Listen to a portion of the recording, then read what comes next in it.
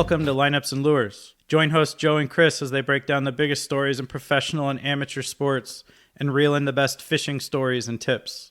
Whether it's game day strategy or the perfect catch, we've got you covered. Grab your gear and get ready. This is Lineups and Lures. Lots to talk about in the sports world going on right now. Just finished up MLB All Star Week, the MLB Draft, big homecoming coming back to Portland in the NBA. Trade deadline coming up. We got a lot of topics to cover. What do you want to start with? Well, it is dealer's choice at this point because you're right. We kind of took a little summer break there, so time to kind of dial it back in as we head into the fall. And there's a ton to start with. So just for fun, because it's local and I think it's probably close and endearing to a lot of people, let's talk about the letter row. Damian Lillard coming back to Portland. So I think it turns out that, obviously there was a weird set of events here, but essentially the Blazers and Cronin fleeced the Milwaukee Bucks. Absolutely. What a deal. Absolutely fleeced them. We've got draft picks. We've got draft swaps. We've got capital in players. We used the pick to go and get, I believe, Danny Avila was the pick that we sent to Washington was how we got him back. And now we got Dame back for a bag of basketballs. Yeah, for a deal. If he's anything close to what he was before, after a year of coaching, I mean, he's not playing this next year, but right. At age 36, we're going to get him for $14 million in cap hit. Like that could be a steal. Well, essentially, that's the mid-level exemption, right? Isn't that basically what the contract is? It's 3 years at the mid-level exemption. Yes. So the best part about this deal is if you go back to, I want to say like the late aughts, 07, 8, 9, when a little team called the Boston Celtics made a run with Paul Pierce and Ray Allen. And there's someone else I'm missing that was a wily veteran on that team. But basically, Ray Allen sat in the corner and just shot threes at about a 50% clip. I think Lillard might shoot threes in the corner at a 60% clip. Well, I think he's probably going to stand more at the top of the key, about 6 paces beyond the three-point line and make those. But yeah, I totally agree with what you're saying. I think he's just going to sit out there and be a scoring machine for us coming off the bench. Yeah, he's probably only going to play 15, 20 minutes a night, and maybe in the playoffs that ramps up a little bit. But with all the young guards we got, and we've got so much defense on this team now that we can afford to have an offense-only guy. And he shoots it pretty good. Better than most, some might say. Yeah, and we've been talking a lot about, well, maybe we should bring in Chris Paul or somebody like that, like a veteran point guard that can work with Scoot and help Scoot get to that next level. We just did that. We just got that guy that's going to spend the next year of his career working with Scoot Henderson to make him a better point guard and somebody that he can play alongside when he comes back. Well, and I think the best part about this deal is I guarantee you Chauncey and Cronin and Damian got in a room and were basically like, hey, this is good for your personal life with your family. You're not the guy anymore, and we don't need you to be the guy. We need you to be one of the guys. Someone else is going to have to be the guy. So if you can just come in, shoot the rock, be a great clubhouse guy, help, Shaden, help Scoot, help those guys mature, kind of mentor them.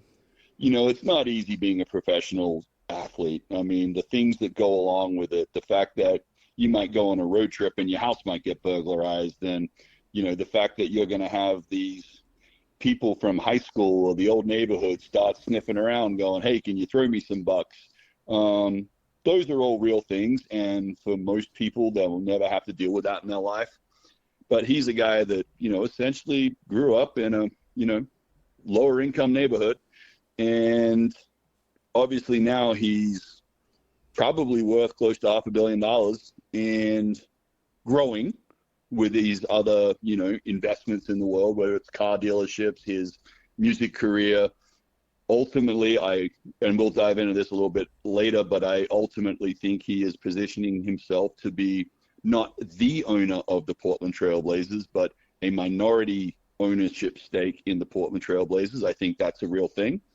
And I think that was not the only motivation, but a significant part of the motivation of him coming back to Portland. So, I mean, there's no negatives here is what I'm saying. I mean, all of these things are positives. So, yeah, no, we got to win here in Rip City. Yeah, you got to give credit to our GM. He's done a great job. We were pretty skeptical when he first got the job and some of the stuff he was doing. But whether he's getting the okay from Jody and Bert to do all this stuff, if he's just kind of running with it himself, he's turned that team into a team that maybe this year, definitely next year, could be competing for a Western Conference championship. Yeah, no, and he was patient about it too. I mean, I think sometimes you look back and go, you look back at the trade we made with the Clippers for like Norman Powell, and you're like, man, we should have got a little bit more out of that. But that was also significant in getting us under the cap, which allowed us to make a couple of other moves. And, I think it's one of those things that everybody wants, instant gratification, but you look at the bones of this roster, there's some pretty good bones in there, and I'm not fully back on board with the Blazers and watching the NBA, but I'm a sports nut. I'm not going to be able to help myself, but yes, there is it's all upside from here, and I think that is a very big positive. Yeah, should be a fun Blazers season. See how they keep progressing. And like I said, I'm a big fan of the move. I think it's great for the Blazers. I think it's great for Portland, and it's always great to see a superstar come back home. Well, I think the other thing to consider here is that, I wasn't a huge fan of the Drew Holiday trade. I know Chauncey's going defense all the way, and nothing wrong with that. But now you sit there and go, okay, Drew Holiday can be that veteran presence this year. We go and flip him next summer for whatever we can get, and Dame just steps into that role.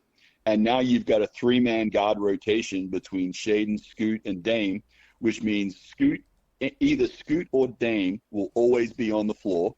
So you've got, an all-star point guard on the floor for 48 minutes a night. I think that's the one thing that Portland hasn't had for a decade. I mean, you go through all the Lillard years, and I'm not saying Anthony Simons wasn't a great basketball player. He is. I'm not saying C.J. McCollum is not a great basketball player. He is. But they're not point guards. And you got to have a point guard. You got to have someone, steering the ship. And I think that's the one thing that, Dame is going to, and who knows, maybe it's the fourth quarter and, maybe it's the fourth quarter and he does take over for the last 5 minutes. Great. But Scoot's out there 35 minutes a night running the show, and I think that's a real deal.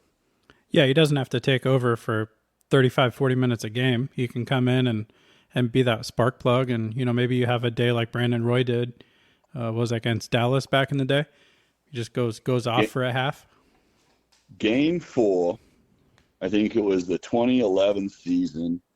It was a Sunday afternoon game. It was a weird time because it was summertime. I think it was 80 degrees in Portland. I remember going to the game, and I was sitting there in my seat, and I haven't seen, if anybody locally has not YouTubed that fourth quarter, but having Brian Wheeler's call, so you've got the the television coverage, but you're listening to Brian Wheeler call that game.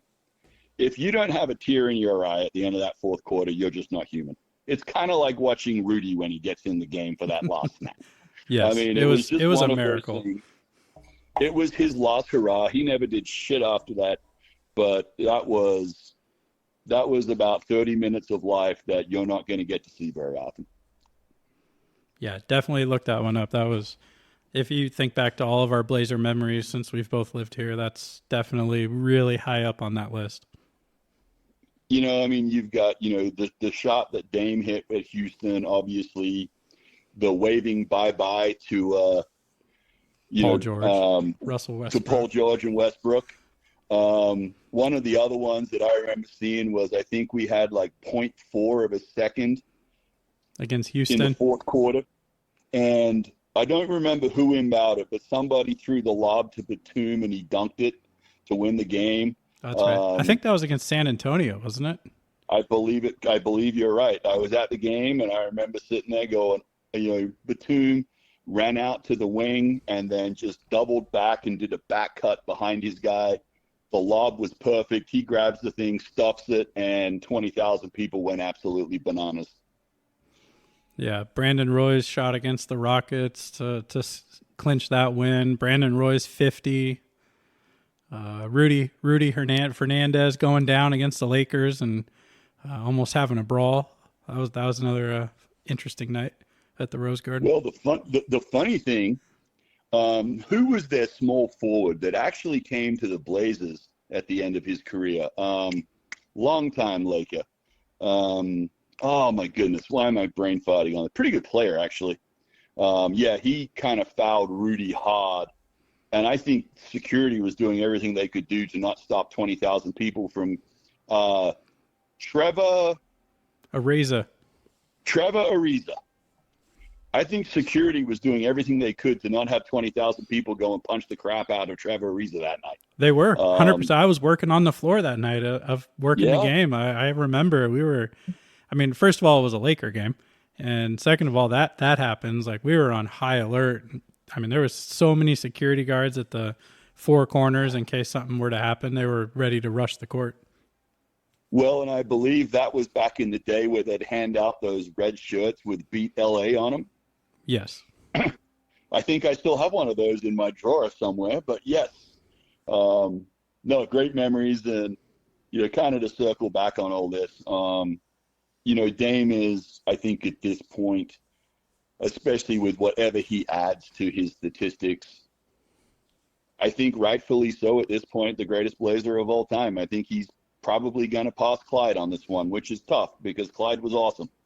But the fact that he's come home and he's going to retire as a Blazer, the letter row is definitely going to be hanging in the rafters at the Motor Center sooner rather than later. Yeah, I'm not going to get into that one with you today. That's a topic for another day, but Sure. I'm not sure I'm ready to put him on the top of the Mount Rushmore of Blazers quite yet.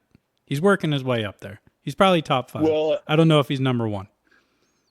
So what is it? Walton and Clyde? Are those the two? Are those the three that we're really having the conversation with? Yeah. I think you got to throw Roy up there. It was short, but it was pretty darn good. But Well, and that's the knock on both Walton and Brandon, right? They didn't do it for 15 years. They had a 4 or 5 year run. And I'm not saying that those 4 or 5 years weren't absolutely electric, but Dame did it for 11 and may do it for, I don't think he's going to be what he was, but, I think he's probably still going to average 20 points just because he's going to, he's not going to be the primary target. He's not going to get that double team anymore. So he's going to be able to go one-on-one, and I kind of like Dame one-on-one against a lot of guys. So, yeah, we'll see what happens. We can defer that conversation. Yeah, absolutely. But either way, bringing Dame home, great move for the Blazers organization, creates a little bit of excitement, buzz, nostalgic feelings for Rip City. So should be an interesting season. Fall baseball is back at Portland Baseball Club. Join our 4-week program with Sunday games and a midweek practice at our indoor facility. Open to ages 9 to 18 and starting the week after Labor Day. Get game reps, skill work, and a head start on next season. Sign up now at portlandbaseballclub.com.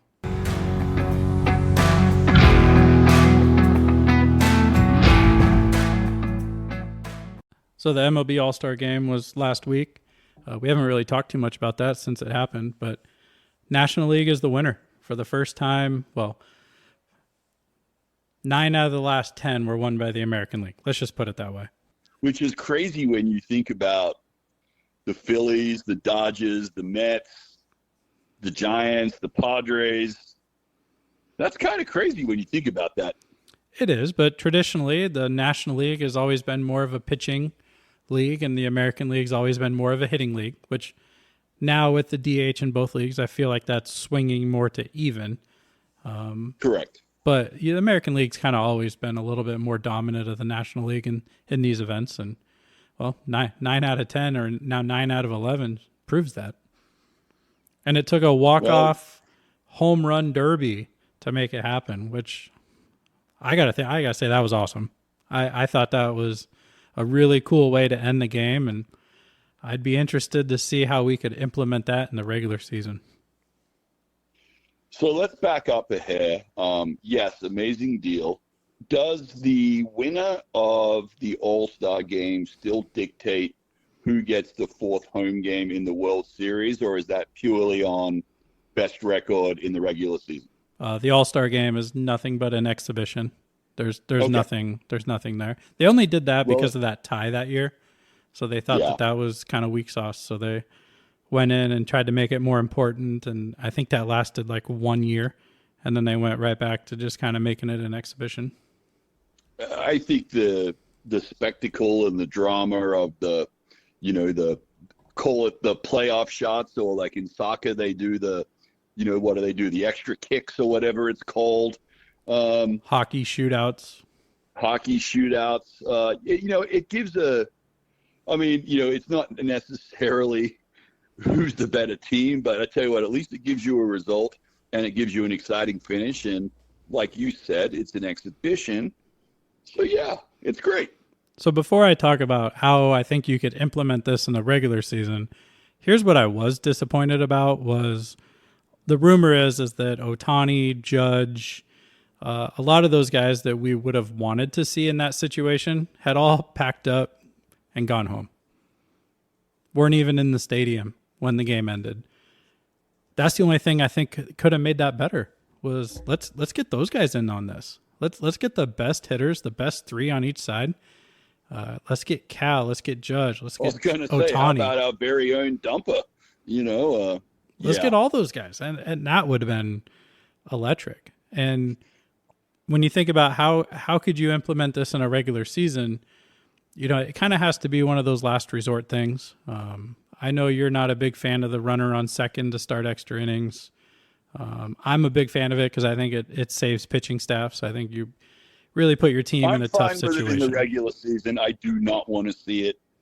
I do not want to see it in the playoffs. And quite frankly, I would even say after the All-Star break, when you're going down the stretch and you're, the Mariners got smoked again today. But I think they are on the bubble. I think currently they are the seventh team. They're still only 5 games back at Houston for the division. I don't want to see that get jeopardized because of a guy on second. Now, maybe before the All-Star break, I get it. Save the pitching stuff, speed up the game. People don't want to see a 7-hour baseball game. I understand all that. So I'm good with it for a majority of the regular season. I think once you get after the All-Star break and you get in the dog days of summer and you're going in those playoff stretches where, even if you're still playing interleague games, there are still so many things happening with divisions, wild card. I think you kind of get the gist of what I'm trying to say here. Yeah, first of all, the playoffs don't use the runner on second base rule, so you don't need to worry about that. Second is, I disagree with the second half thing. I think if you're going to do it, let's just make it the whole season. Okay. Again, it's a pitching thing for me. It saves pitching staffs, so you don't have to go and run into these 14, 15, 16 inning games. I was just looking up, so roughly 9 to 10% of all regular season games go into extra innings. So that's not a lot of games that are really going into extras. Unlike hockey, you get all these tie games. But hockey's a different deal than baseball and football and hoop. But the thing is, even 1 out of 10, over 160 games, that's 16 games. That's not nothing. Yeah, over the course of a whole season. You're right. Yeah. And I wouldn't be as opposed to keeping it through the regular season. Obviously, I don't want it in the playoffs. Major League Baseball doesn't have it in the playoffs.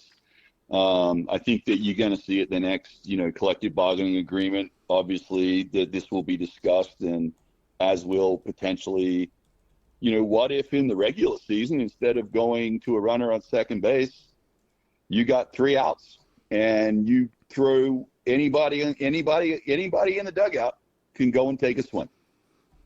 That'd be kind of cool. You're saying right after 9 innings? Why not? So here's what I think is the average extra inning game goes about 10.5 innings. So it's somewhere between 10 to 11 innings. Okay. The Mariners, every time we go to an extra inning game, they talk about on TV how we only play 11 and 12 inning games. We never play 10 inning games. So yes. So I say that there should be a rule after, let's say, 12 innings, because you're not getting that many games that are going to go 3 extra innings with the runner on second, and manufacturing a run is pretty simple. So you play that out. That's 3 more innings. And if you still have a tie after those 3 innings, then I think you pick one hitter from each team and they get 3 outs, just like they did in the home run derby. 3 outs. If you hit a home run, it doesn't count as an out. And that's how you solve the game, because I think people would be willing to stick around at an extra inning game for 3 more innings if they knew it had the potential of ending with, today it could have been Cal versus Christian Yelich, or Chirino and a swing off. That probably keeps people around, and I'm definitely watching that. Well, and I think the other thing is that you and I have all been to thousands and thousands of ball games over the years at different levels, but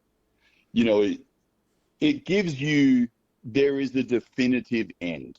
You've got, like you said, I'm okay with the 3 innings and then the swing off. I mean, I hate to say it, but soccer does a pretty good job of it, where I think they do a 20-minute extra period, and if it doesn't end after the 20 minutes, they go to the shoot off, or whatever they call it, where they get 5 kicks apiece, and he with the most goals wins, which is basically the same scenario that we're kind of suggesting, right?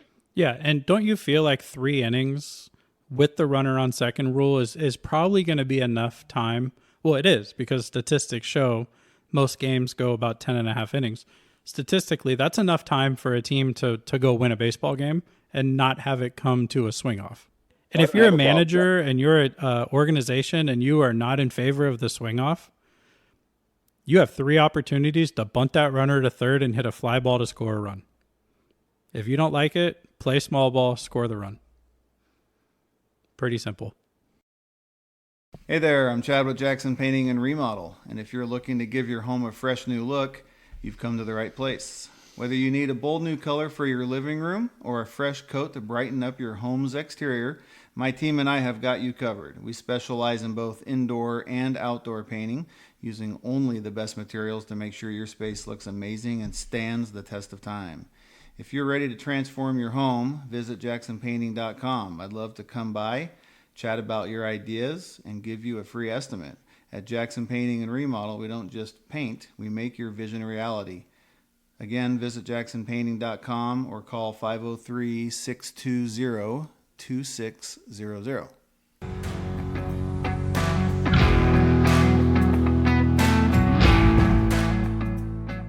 The MLB Draft is in the books for 2025. It's currently July 23rd, so we have about 5 more days for players to finish signing or decide they're going to go off to college. Mariners made a great move at pick number 3, picking up Cade Anderson out of LSU. We got to see him pitch in Omaha. That kid is worth every penny we just paid him. Well, I'm not sure the Mariners made a great move. I think it was more of, what the hell were the 2 teams in front of us thinking? No, not at all. Those 2 moves, there's 2 different philosophies. All right, you're going to bring up the money again. Here we go. Well, until you understand or believe or agree with me, I'm going to keep bringing up this argument. So the Nationals selected a high school shortstop. Okay, pick value, $11 million. Signing bonus, $8.2 million. They saved $2.8 million. Pick number 2, Tyler Bremer, pitcher out of UC Santa Barbara. Pick value, $10.2 million, signs for $7.7 million. They saved $2.5 million. Even Cade Anderson, pick value, $9.5 million.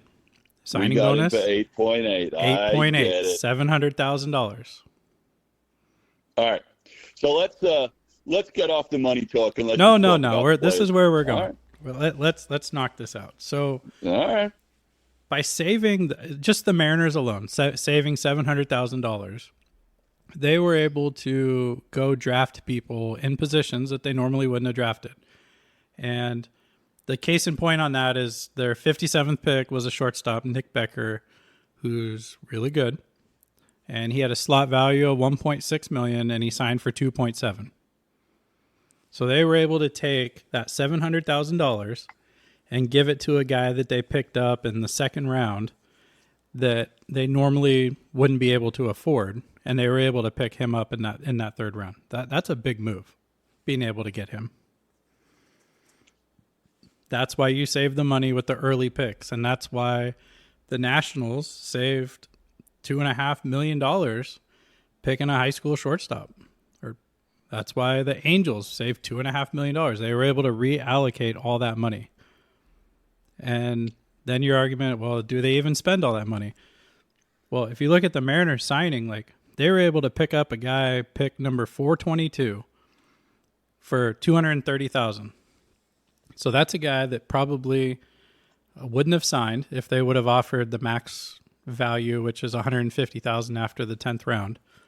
He wouldn't have signed. And they were able to go get a guy that they wanted because they had extra money left over to spend.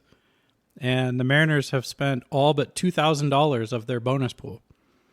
So not only did they save money with that first pick, they were able to go out and spend it on a lot of really good players, potentially, later on in the draft, and they spent all that money, which is pretty awesome. It's a great job by the front office.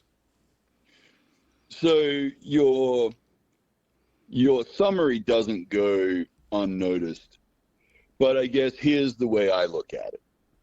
You need 2 guys in every draft to be a dude. Because you figure if you get a dude, he's going to stick around for 10 years. If you've got 2 dudes in every draft, that means, you've got 18, 20 guys on the roster that are dudes. So you've got 10 position players and 10 pitches, and the rest of the roster you can make up. So while I hear you, and you're not wrong in your summation, my deal is go and get 2 guys every year that you think are going to be a big league ball player for 10 years. And if you can do that, you win. The other 18 draft picks don't mean squat. That's the only way. That's the difference that I look at it differently from you. And maybe, 3 a year. So now you've got 30 over a 10-year span. And I know that's kind of making it simple because some years you're going to get 4 and some years you're going to get 1 and then you're going to have a great class where you get 5 or 6. And then you might whiff for a year or 2. But that's the way I look at it. I understand the money. I do money for a living. I get it. You're not wrong. I guess to me, I would rather spend the money on 2 or 3 guys that I think are going to be dudes. And once you start getting into the 8th, 9th, 10th, the teens, you're drafting on hope. You're not drafting on guaranteed. So anyway, you and I have got 2 different takes on that. I don't think either one of us are wrong. And I don't think either one of us are right. I think it's just a different philosophy on how to make up the ball club. Well, I think your philosophy works in all sports other than baseball with the draft process, because in other sports you're drafting a guy and you're expecting him to be a contributor that year or potentially the next year. In baseball, you're not necessarily drafting by need. You're drafting by the best player available that fits your budget for how you want to utilize your draft money. And I mean, come on. Do we really need Cade Anderson with our pitching staff? yeah, he's going to be our number 5, and we're going to use Hancock as trade bait to go and get Naylor at Arizona. That's what we're going to do. Yeah, but I mean, number 5. I mean, what about Sloan down at AAA? He's crushing it. What about Kirby and all these guys? I mean, you're not going to be able to keep them all. So, the anticipation is that he's going to take this year off, and then next year, probably I would say by after the All Star break, he's probably in our rotation at the major league level. So here's where I'm going to disagree with you a little bit on. You said baseball, the draft picks are more about later in life. I think NIL money has changed that a lot. And, we're very new to this, and this is, certainly TBD. But the fact that you've got, all right, let's talk about the Oregon kid, Schoolcraft out of Sunset, all right? Yeah. Now, I don't know what he signed for. Has he signed yet, actually? I don't think he signed. Has he signed? He signed. He signed for full slot value, which was $3.6 million. Okay. Now, here's the funny thing. I'm pretty sure Tennessee was going to pay him probably, $300,000 to $500,000 a year? Maybe more? Yeah, that's probably an appropriate number. It might be a little high, but that's reasonable. Well, it's not out of the realm of possibility. It's not. That's a lot of money for baseball. But, okay, so let's say he was getting 3. Okay, so you translate that to 3 years, and let's say it got to $1 million over 3 years. And he was getting schooled, and he was getting better in college. And now he comes out as a junior and goes from $3 million to $8-9 million because he's a top 5 guy. And look, obviously, a bird in the hand is what it is, and you never know what's going to happen. And I shouldn't, single him out. I should just say, just a player in general. With NIL money, you might be able to make your signing bonus out of high school back through NIL and get 3 more years of, experience and growth. And let's be honest, these kids are 18, 19 years old. Your body changes a lot between 18 and 22. So then they go from getting $1 million or $2 million to getting more, and they got paid in college. It's like, I think you're starting to see that there's not a lot of high school kids going as early, because I think people are, ball clubs now are like, if I can get a seasoned college guy who is maybe only a year or 2 from being ready, and now he's under control for 4 or 5 more years, I'm basically getting a deal until he's 28, 29. And then it's, okay, do I give him the big contract or do I move on?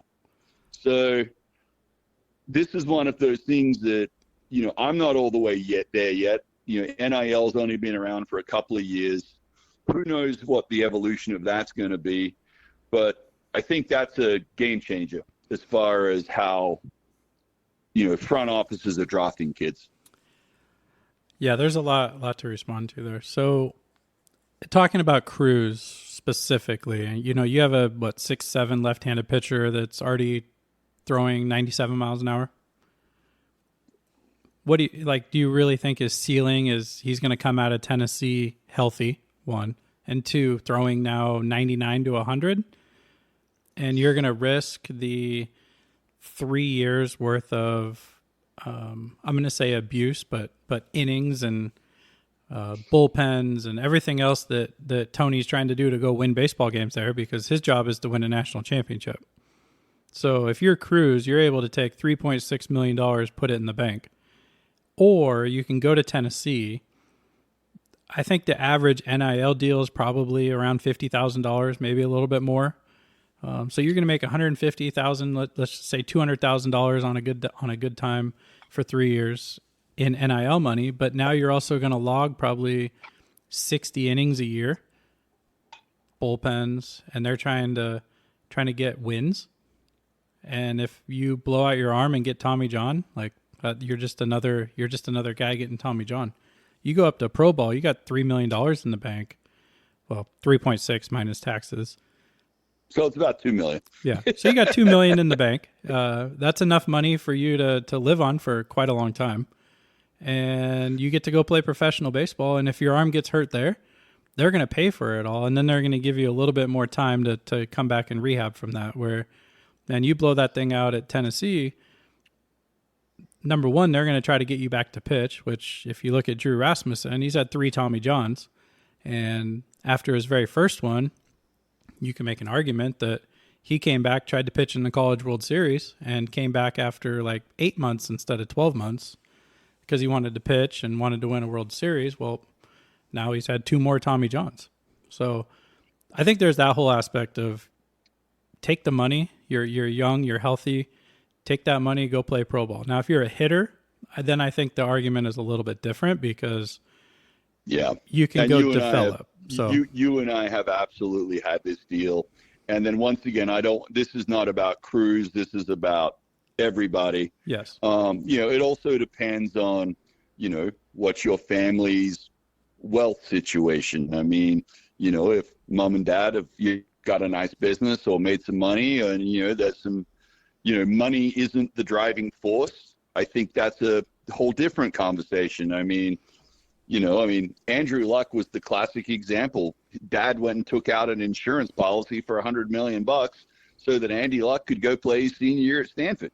Now, that's obviously a unique situation, but I think that's becoming, I think those are things that also get factored in. I think there's certainly, kids in high school that, the scouts that come in and, if daddy's got a couple of bucks in his pocket, it's like, well, the kid don't need the money. This is about what's best for his career. And I think that's where, once again, I do agree with you on the pitching side of thing. I think there are a number of college coaches out there that don't care about the progression of their athletes. They care about putting banners on the outfield wall. And, unfortunately, they're also trying to get a paycheck too. And by putting banners on the outfield wall, you get a higher paycheck. So yeah, you keep your job. You got to keep your job.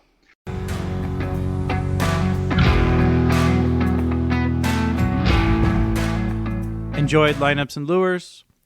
Like, share, and rate the show to help us grow. Don't forget to subscribe so you never miss an episode. Thanks for listening, and catch you next time on Lineups and Lures.